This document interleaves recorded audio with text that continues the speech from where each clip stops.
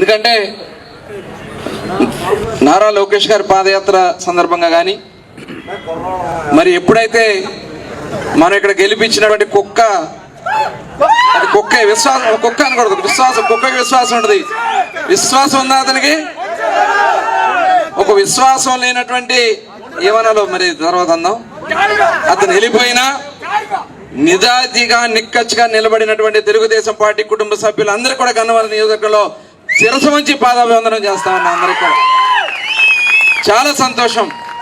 ఎందుకంటే అనేక కష్టాలు వచ్చినాయి, ఎన్ని ఇబ్బందులు పడ్డారో మేము కళ్ళారా చూసాం. సొంత ఆస్తుల్ని ధ్వంసం చేశారు, అక్రమ కేసులు పెట్టించారు, పార్టీ ఆఫీస్ మీద దాడులు చేపించారు, అనేక రకాలుగా ఇబ్బందులు పెట్టించారు.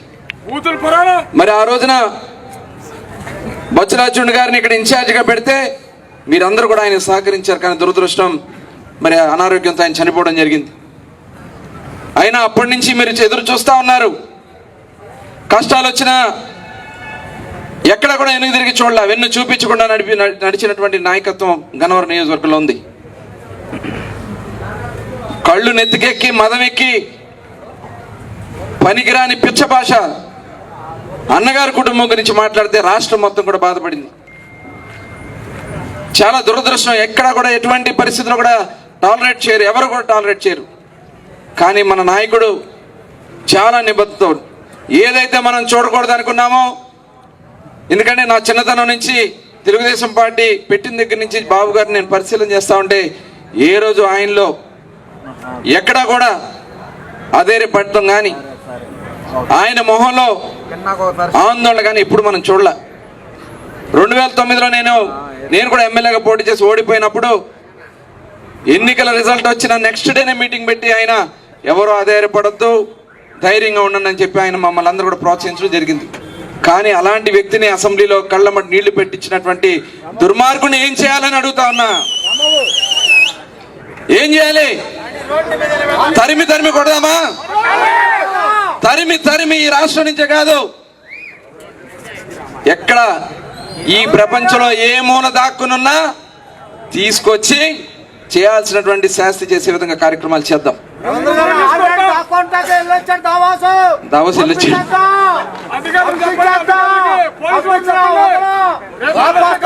ఈ భూమండలమే కాదు ఎక్కడున్నా లాక్కొద్దాం, దాని గురించి వదిలేదు లేదు.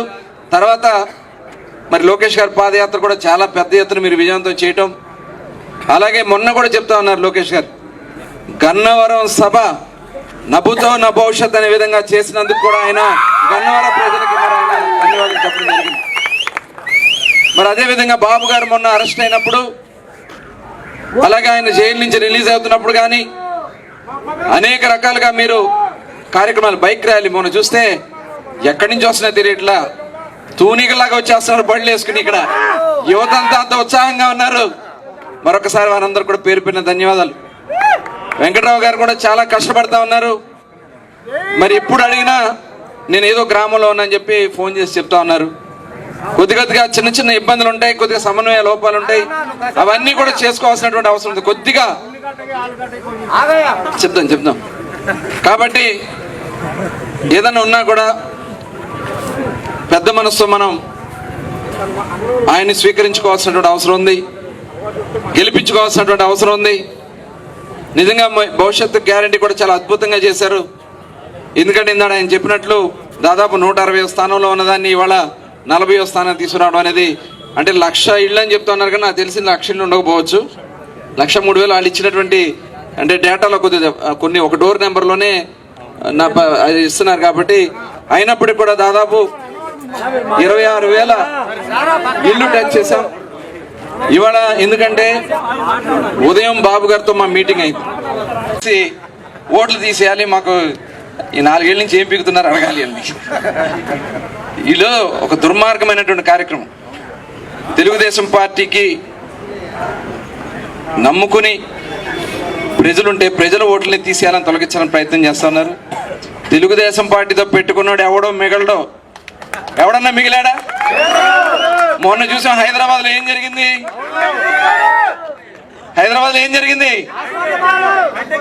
ఇవాళ ఎవడన్నా కళ్ళు నెత్తికెక్కి పిచ్చి పనులు చేశారో వాళ్ళందరూ కూడా రేపు ఉంటది బడితి పూజ స్టార్ట్ అవుతుంది, దాంట్లో ఎటువంటి అనుమానం లేదు. వదులుదామా వాళ్ళని? ఎవడైతే పార్టీకి ద్రోహం చేసే వాళ్ళని వదులుదామా? వినపట్ల వదులుదామా? చూపిద్దాం. మన తెలుగుదేశం పార్టీ పవర్ ఏంటో చూపించాల్సినటువంటి అవసరం ఉంది. ఒక పనికిమాలిన చెత్త ముఖ్యమంత్రి, చెత్త ముఖ్యమంత్రినా?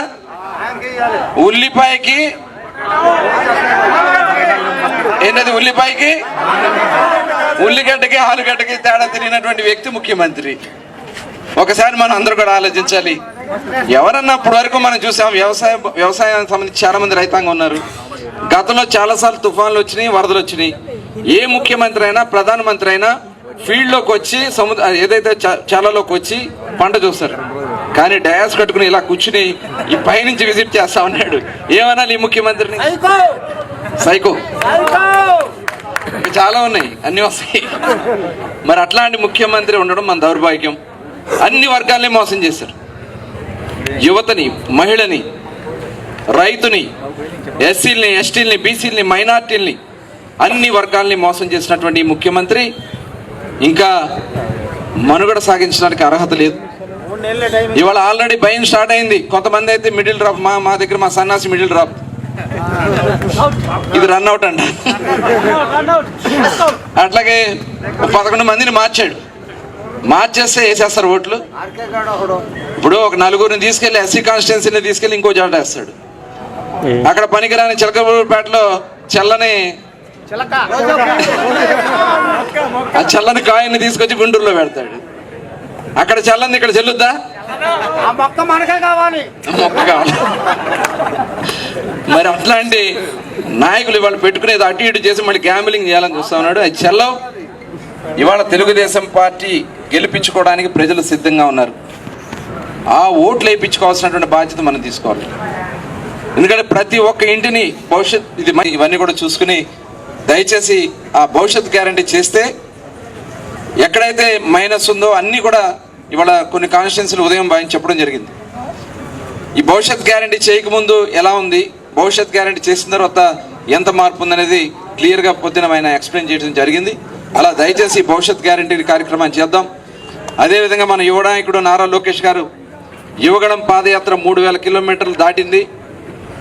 రేపు 20వ తారీఖున అక్కడ ఎన్నికల సమర శంఖారామం మనం పూరించబోతా ఉన్నాం.